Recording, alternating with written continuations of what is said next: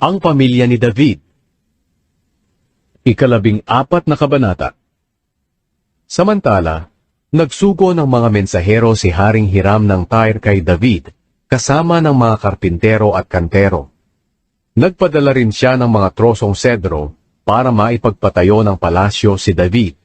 At dito nalaman ni David na ang Panginoon ang nagluklok sa kaniya bilang hari, at nagpalago ng kaharian niya para sa mga mamamayan niyang Israelita. Doon sa Jerusalem, marami pang naging asawa si David, at nadagdagan pa ang mga anak niya.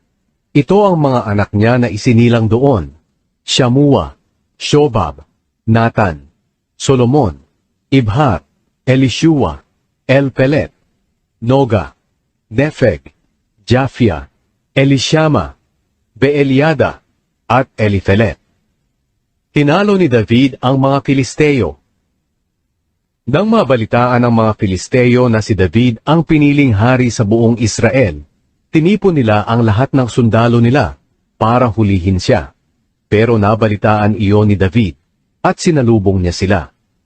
Nang lusubin ng mga Filisteo ang lambak ng Refaim, nagtanong si David sa Diyos, "Sasalakayin po ba namin ang mga Filisteo?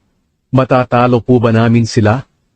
Sumagot ang Panginoon, "Oo, lumakad kayo, dahil matatalo ninyo sila." Kaya pumunta si David at ang mga tauhan niya sa Baal Perazim, at tinalo nila roon ang mga Filisteo. Sinabi ni David, "Nilipol ng Diyos ang mga kalaban ko na parang dinaanan ng rumaragas ang baha, at ginamit niya ako para lipulin sila."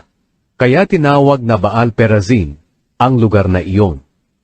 Naiwan ng mga Filisteo ang mga Diyos-Diyosan nila roon, at nag-utos si David na sunugin ang mga ito.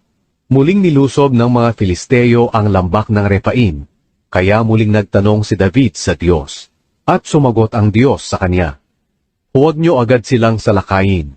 Palibutan niyo muna, at saka niyo sila salakayin malapit sa puno ng balsamo. Kapag narinig ninyo na parang may nagmamartsyang mga sundalo sa itaas ng puno ng balsamo, sumalakay kayo agad, dahil iyon ang palatandaan na pinangungunahan ko kayo sa pagsalakay sa mga Filisteo." Kaya sinunod ni David ang iniutos sa kanya ng Diyos, at pinatay nila ang mga Filisteo mula sa Gibeon hanggang sa Gezer. Kaya naging tanyag si David kahit saan, at ginawa ng Panginoon, nakatakutan siya ng lahat ng bansa.